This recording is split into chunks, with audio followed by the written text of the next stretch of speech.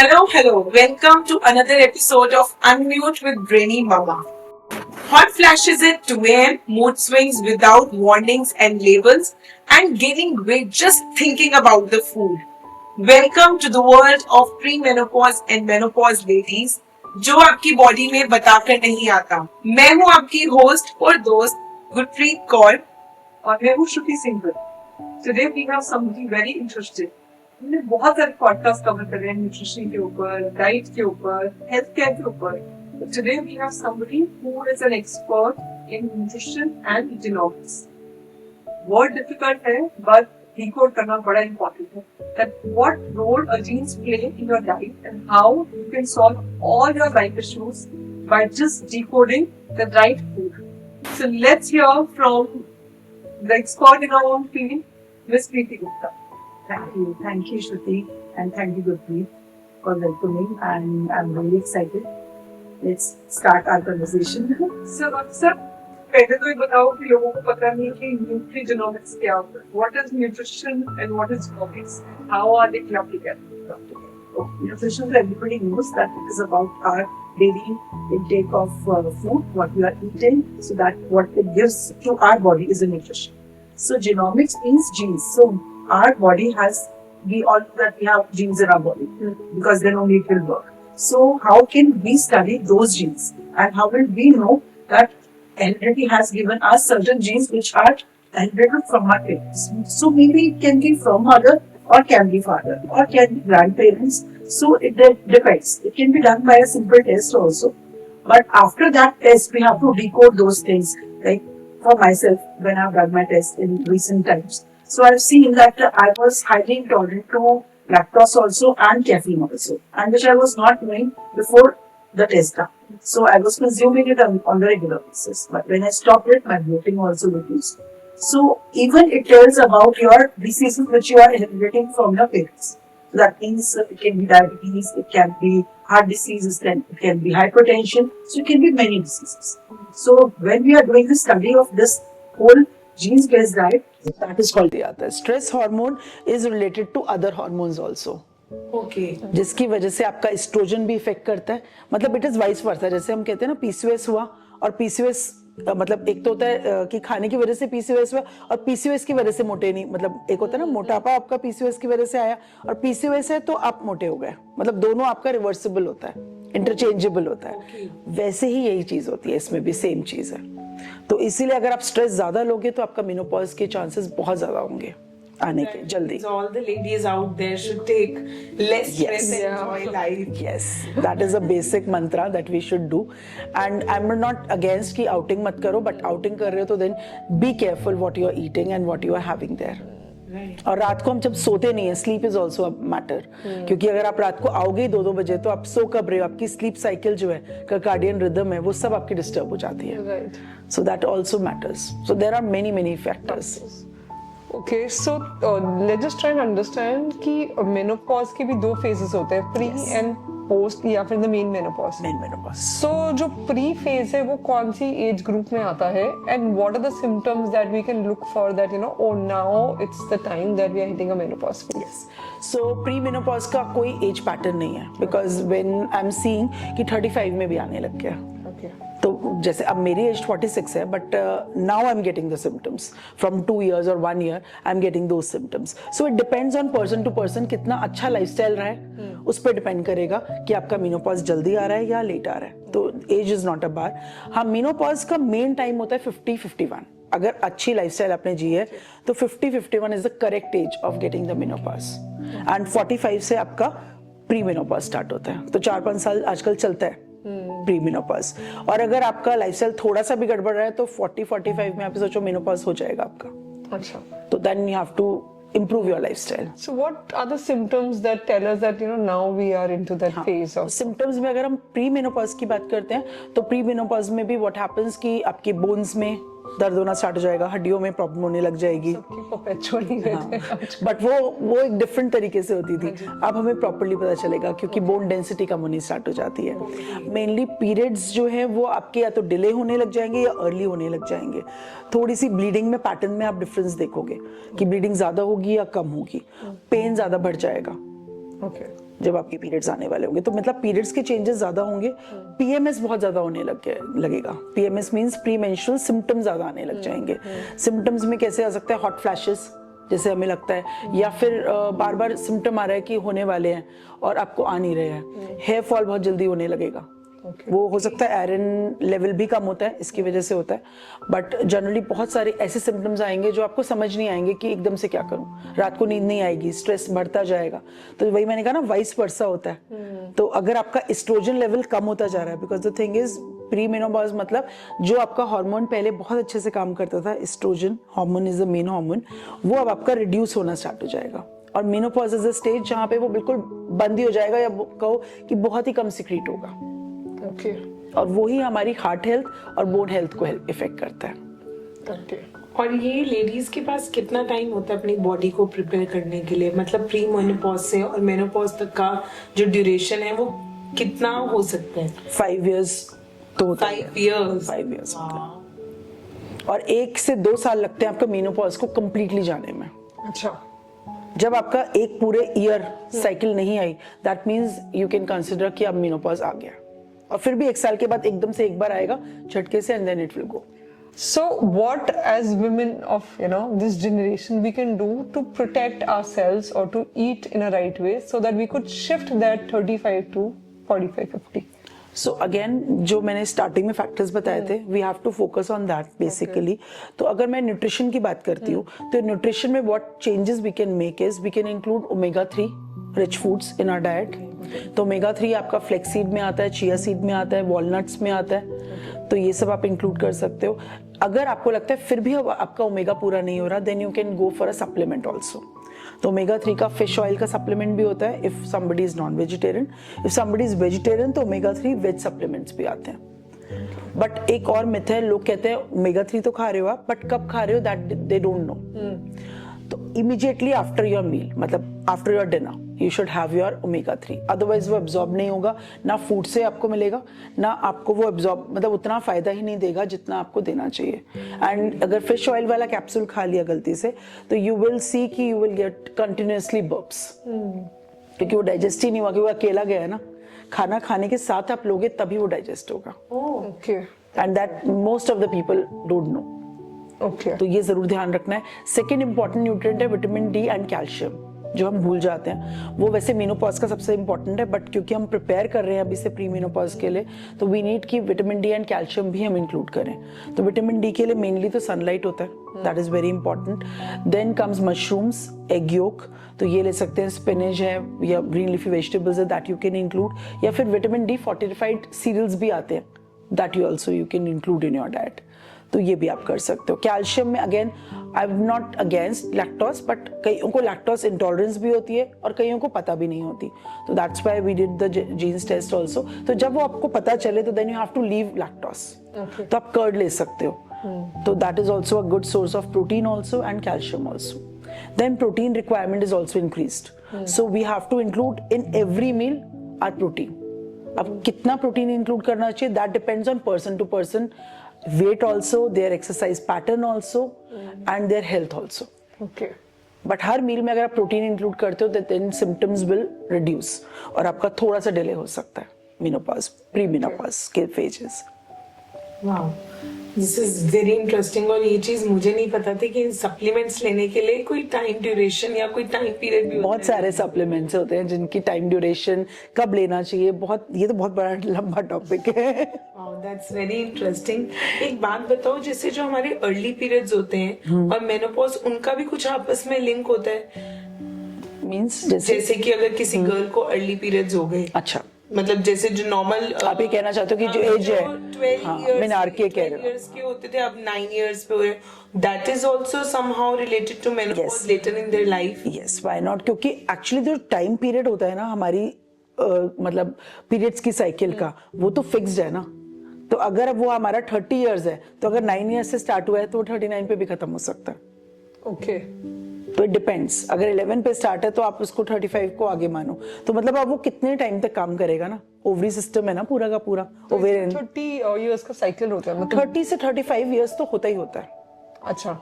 बाकी ज्यादा अच्छे तो डॉक्टर्स बता सकते हैं, गायनोकोलॉजिस्ट, बट इतना होता है। तो जैसे आप कह रहे हो कि अगर पहले स्टार्ट होता है तो हो सकता है उनके 1-2 साल पहले भी चले जाए, बट इसका ऐसा नहीं है कि बहुत ही ज्यादा रिलेशन है। बट वैसे ही मैंने देखा है कि काफी लोग बहुत हेल्थ कॉन्शियस होते हैं, अच्छे से खाते हैं, सब कुछ करते हैं, तो their periods stretch at age of 50 also. 50 पे भी उनको प्री मेनोपॉज ही हो रहा होता है, 51-2 पे जाके उनको मेनोपॉज होता है।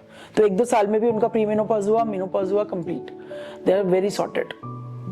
तो इट डिपेंड्स। अच्छा, एज ए न्यूट्रिशनिस्ट आप सजेस्ट करो एक, like I am 35 right now, okay, I should not disclose this on camera. Now it's done. Now it's done. Yes. No problem.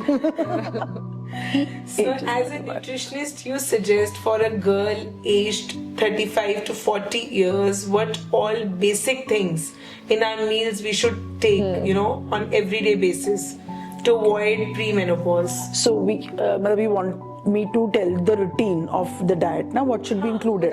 Basic चीज जो हमारी किचन लेनी में चाहिए। इजीली मिल जाए और हमें उसके लिए ज्यादा मेहनत ना करनी पड़े। सबसे अच्छा लेंटिल्स है, दालें।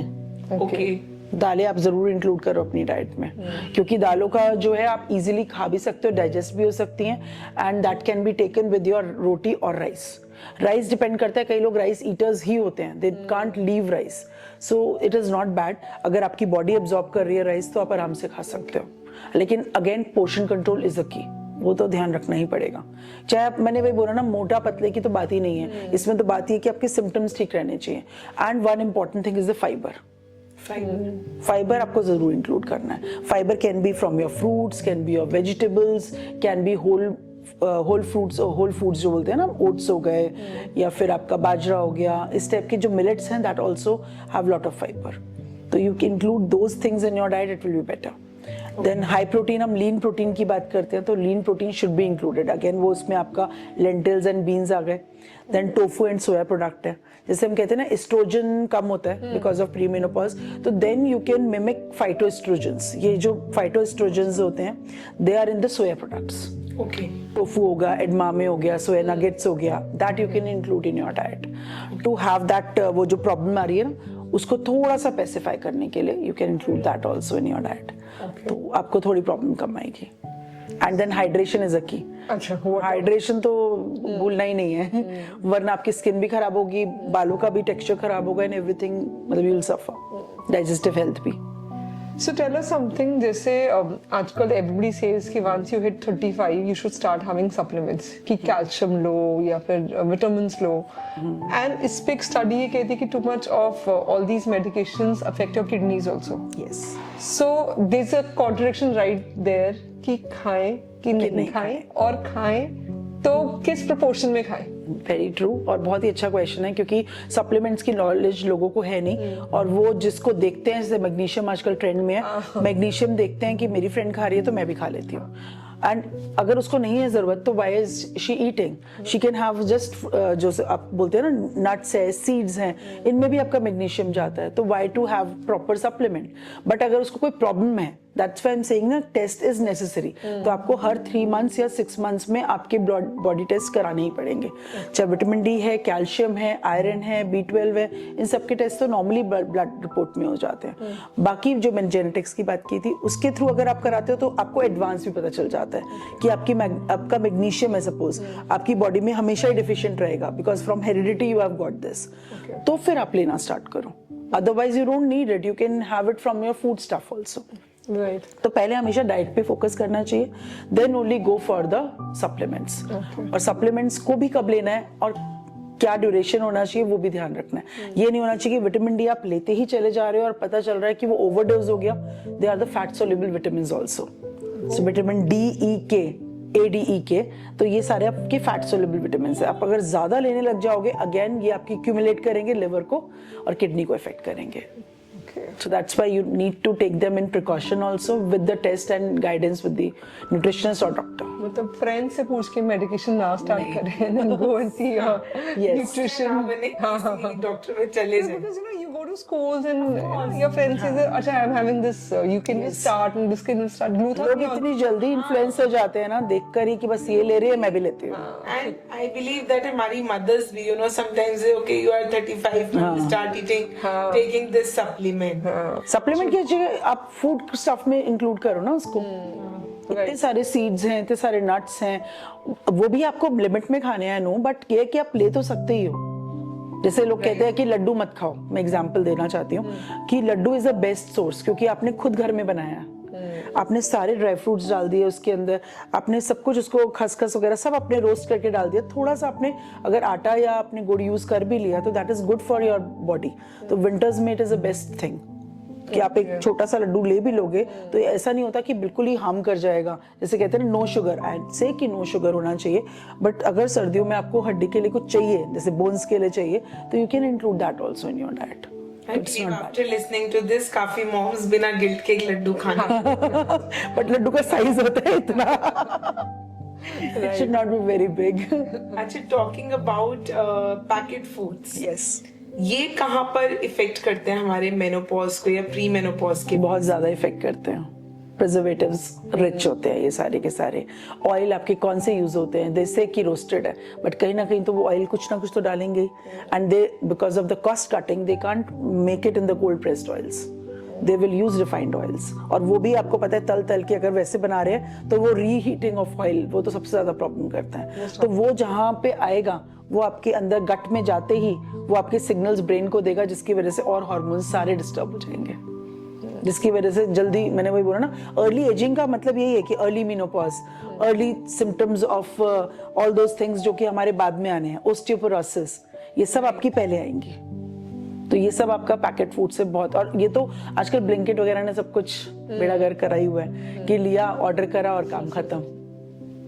I should not say, but this is the true reality. Right, somewhere Reality. foods are harmful. हम जो बच्चों को सिखाते हैं, मुझे ऐसे लगता है हम लोग खुद फॉलो नहीं कर पाते. तो वो हम we have this tendency of hiding from our kids and then eating it. और जब हम अपने बच्चों को मना करते हैं, so that means 30 के बाद ऐसा नहीं कुछ नहीं इफेक्ट कर रहा, वो कर रहा है. वो लेकिन पता है स्टार्टिंग हमेशा बचपन से ही होती है.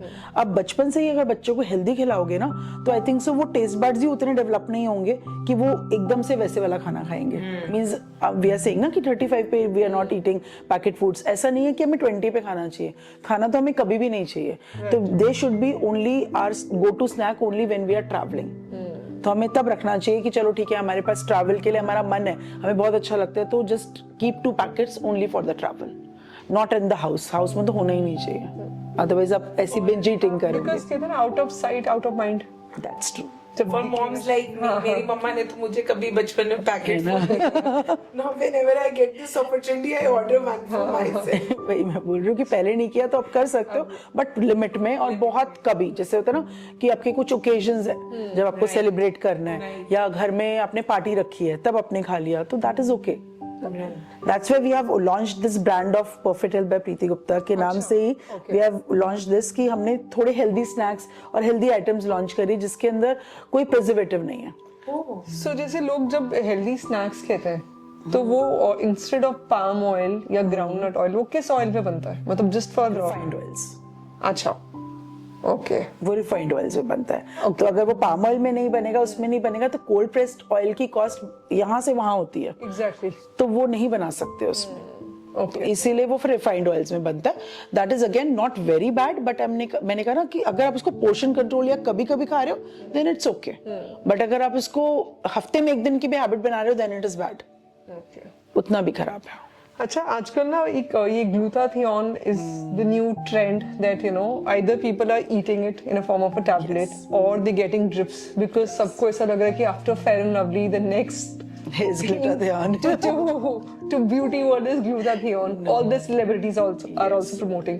तो आपका क्या take है इस glutathione? I don't say कि आपको बिल्कुल नहीं लेना चाहिए. मुझे तो नहीं लगता कि ग्लूटाथियोन की कहीं जरूरत है. अगर आपने अपना लाइफस्टाइल ही बहुत अच्छा कर लिया है तो ग्लूटाथियोन की जरूरत ही नहीं है. Your skin will glow automatically. Okay. Skin के लिए आपका vitamin E is very necessary, vitamin A is necessary, and vitamin C. तो विटामिन सी से आपका कोलेजन भी आपका बूस्ट होता है। तो when you take it naturally in the form of fruits, veggies, whole foods that we have talked, nuts and seeds, तो why to go for glutathione. फिर भी अगर किसी को बहुत प्रॉब्लम है या मेडिकली कोई प्रॉब्लम आ गई है, जैसे उसने स्टेरॉइड्स खाए या कोई और प्रॉब्लम की वजह से स्किन खराब हो गई है, टू इम्प्रूव जल्दी, जैसे कहते हैं ना हम जल्दी वाला स्टेप लेते हैं, then we can go for glutathione. So it again it is customised कि आपके किसको चाहिए किसको नहीं है, तो अगेन डॉक्टर्स के लिए। तो जैसे आपने बताया विटामिन ए, सी एंड ई, तो क्विकली घर में ए, सी और ई में क्या चीज अवेलेबल है जो हम खा सकते हैं फॉर स्किन? बहुत इजी है। विटामिन ए का सबसे अच्छा है शकरकंदी, और सर्दियों में शकरकंदी आ रही है, तो बेस्ट सोर्स है, तो आप उसको ले सकते हो। Sweet potato. देन आपका अगर हम सी की बात करेंगे तो आंवला इज द बेस्ट सोर्स, जो कि आपका बालों को भी झड़ना छोड़े वो करेगा। एंड इसके साथ अगर बीटरूट आप मिला लेते हो तो आपका आयरन का काम भी हो जाता है। तो एक आंवला भी बहुत है पूरे दिन में, विटामिन सी की आपकी पूरी डोज हो जाती है। देन थर्ड, मतलब एक एक सोर्स बता रही हूँ मैं इसीलिए। एंड विटामिन ई की बात करेंगे तो nuts and seeds are the best source. Okay, so but nuts and seeds are like the power packed foods. आपने बोला कि ओमेगा भी हो और वो जाता है। कितना खाना चाहिए? एक रिस्ट में जितने आते हैं आपके, मिलाकर नट्स एक, और हाँ, मिलाकर इतने एक रिस्ट में जितना आता है आपका, हैंडफुल ऑफ रिस्ट, बस दैट्स ऑल। Okay. ये नहीं होना चाहिए कि मैंने बोल दिया तो पता चले कि मदर्स ने ज्यादा खाना स्टार्ट कर दिया, तो there should be a limitation, because again vitamin E मैंने कहा ना आपको कि it is a fat soluble vitamin, that is a very interesting which we can give to our children as well. Yes. अच्छा, एक चीज आजकल काफी ट्रेंडिंग है इंस्टाग्राम पे, सी बकथॉन। Yes. इसके बारे में मोदी जी ने अपने किसी इंटरव्यू में एड्रेस किया है and people have gone crazy about it. How it can help in menopause? So because again it has rich in nutrients, because it's a fruit only which is rich in vitamin C also, so it will help your menopause symptoms also. So liver function में भी help करता है, immunity में भी help करता है, reducing inflammation में भी help करता है, तो that's why it is helpful in those things. So अगर sea buckthorn की बात करेंगे तो it is not only that fruit which is helpful, again आंवला is the same thing. आंवला भी आप यूज कर सकते हो, ऐसा नहीं है कि उसकी इतनी हाइप हो रही है तो बहुत ही इंपॉर्टेंट है, बट ये है कि अगर आपको मिल रहा है तो you can easily consume it, क्योंकि आप बोर भी हो जाते हो एक एक फ्रूट से, तो you can just keep on changing. तो sea buckthorn is also a good fruit, that's no doubt, so you can easily include that in diet. अच्छा, एक ना इंटरमिटेंट फास्टिंग पे बड़े सारे मिथ्स हैं। कुछ लोग कहते हैं it is the best thing, you know, पुराने टाइम से ऋषि मुनि लोग फास्ट करते थे और शाम को नहीं खाना खाते थे, and then you know it was kind of intermittent fasting only. Yes. And there are a lot of people who says that you know it affects your heart and there are a lot of health issues involved. Because there are a lot of myths and going on. So when I say, so it is very important कि intermittent fasting वैसे तो बहुत अच्छी होती है, it is good for health also, but कुछ लोगों के लिए it is not good at all, क्योंकि उनकी जो बॉडी है that doesn't survive for that intermittent fasting. अगर वो नहीं खाते तो उनको प्रॉब्लम आती है, चक्कर आते हैं, मतलब कुछ भी ऐसे सिम्टम्स आएंगे, वॉमिटिंग आएगी, गैस्ट्रिक हो जाएगा, तो दे कांट स्टॉप देमसेल्व्स। सो इसलिए हम कहते हैं इंटरमिटेंट फास्टिंग अगर आपको करनी भी है तो इट्स वेरी सेफ, 16:8 की विंडो, वो बहुत ईजी है करनी, वो मेरे ख्याल से सदियों से चली आ रही है, क्योंकि 16 hours you are not eating anything, तो you are giving your body to recover, तो वो रिकवर करे। मैक्सिमम है, अब 20 वाला तो कोई मतलब नहीं, कई लोग करते हैं अभी भी, 1 मील अ डे तो कोई नहीं कर सकता। 1 मील नहीं करते बट 2 मील्स अ डे कर लेते हैं जनरली, या फिर 4 आवर्स या 5 आवर्स वाला कर लेते हैं, तो वो करते हैं। बट अगर आप 8 आवर्स में करते हो तो आप 3 मील्स खा सकते हो, जैसे 11 to 7 की बात करते हैं, तो 11 o'clock you can have your breakfast, then 2 to 2:30 you can have your lunch,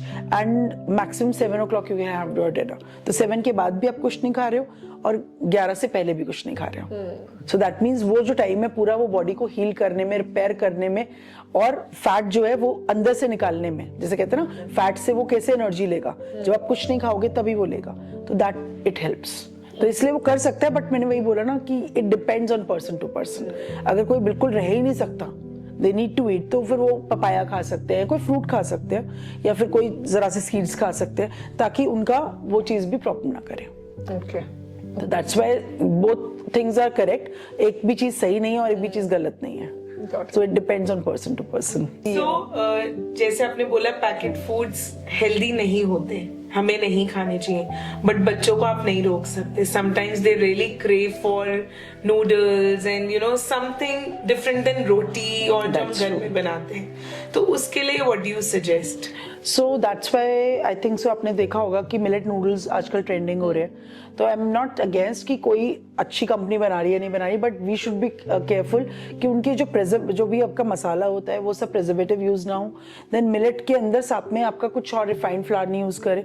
that's why we have launch this perfect health by Preeti Gupta में ही हमने स्टार्ट किया बार्नयार्ड नूडल्स. सो इसके अंदर हमने सन ड्राइड करके ही बनाया हुआ है नूडल्स को. होल व्हीट थोड़ा डालना पड़ता है, अदरवाइज वो टूट जाते हैं. तो मिलेट के साथ we have mix that only. And उसके बाद जो मसाला है वो भी सारे जो ड्राई मसाले हैं उनको रोस्ट करके ही बनाया है, ताकि at least children gate healthy noodles. And इनके टेस्ट में पता नहीं चलता कि आप नॉर्मल नूडल्स खा रहे हो कि मिलेट नूडल्स खा रहे हो. So that's why people enjoy also and they keep on getting it. Okay. So that's why. ऐसे ही बहुत सारी और चीजें होती हैं, जैसे हमने करा है मिलेट रैप मिक्स. तो ये क्या है, बीटरूट रैप होता है जिसके अंदर हमारा सारा बीटरूट का आपको पता है आयरन लेवल भी आ जाता है.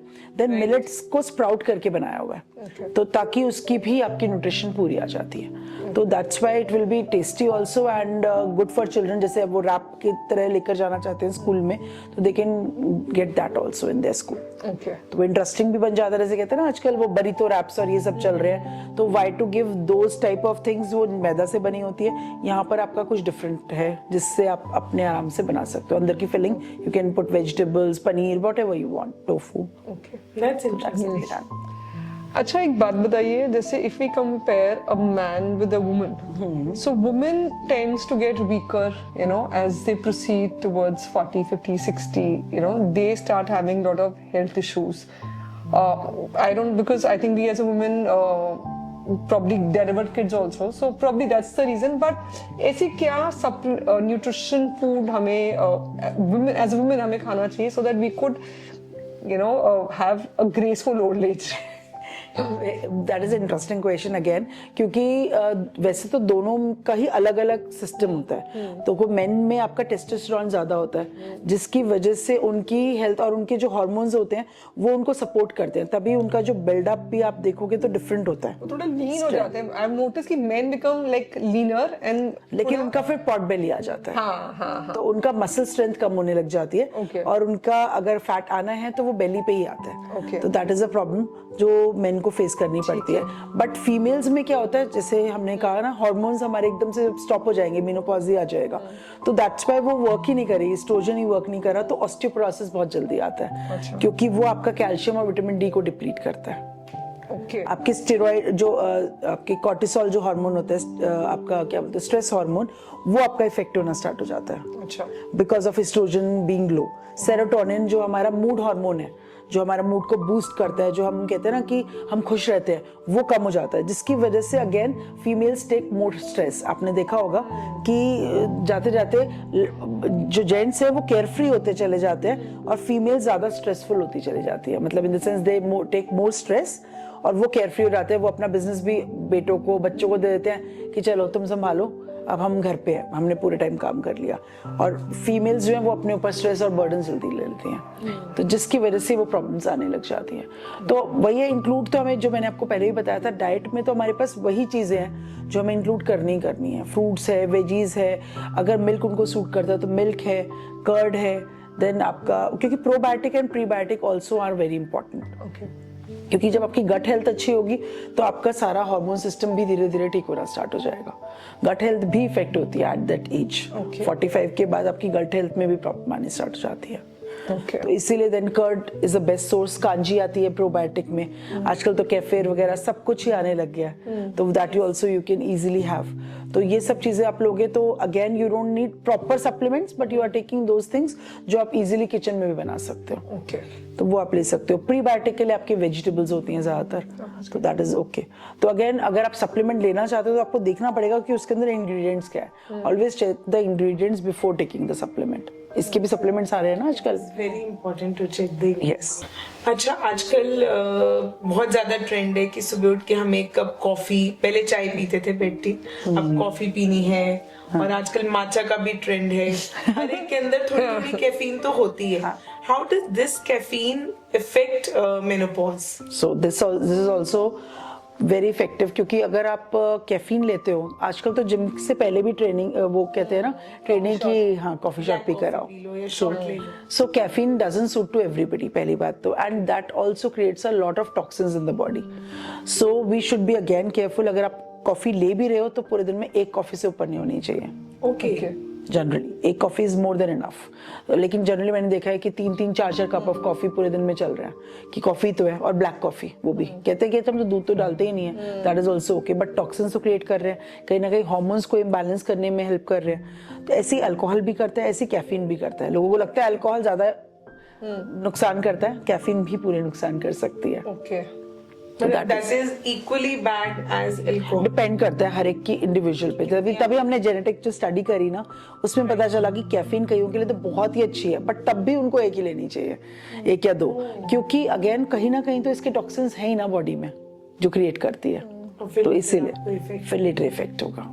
तो इसीलिए पहले से. माचा की बात करेंगे तो matcha is again a good thing, but आजकल जो प्री मिक्सेस आ रहे हैं ना माचा में, अगर आप देखोगे कि उसके अंदर वो शुगर डाल देते हैं, कुछ वैसे बन रहे हैं, तो दैट इज नॉट गुड. अगर माचा ले भी रहे हो तो दैट शुड बी प्योर, कि उसके अंदर कोई टॉक्सिन्स वो नहीं होना चाहिए, मतलब शुगर नहीं होना चाहिए, तो that you can make it. और उसमें थोड़ी होती है कैफीन, बट उतनी कैफीन चलती है, जैसे टी में भी थोड़ी कैफीन है, वो चलेगी, इतनी सी चलेगी. बट जब आप प्योर कॉफी की बात कर रहे हो, ब्लैक कॉफी की बात कर रहे हो, that's why I am saying कि 1 to 2 maximum is enough for in a day, अगर आप ले रहे हो तो. Right. वो भी अगर आप कम कर सकते हो तो ज्यादा अच्छा, कि that also affects our system.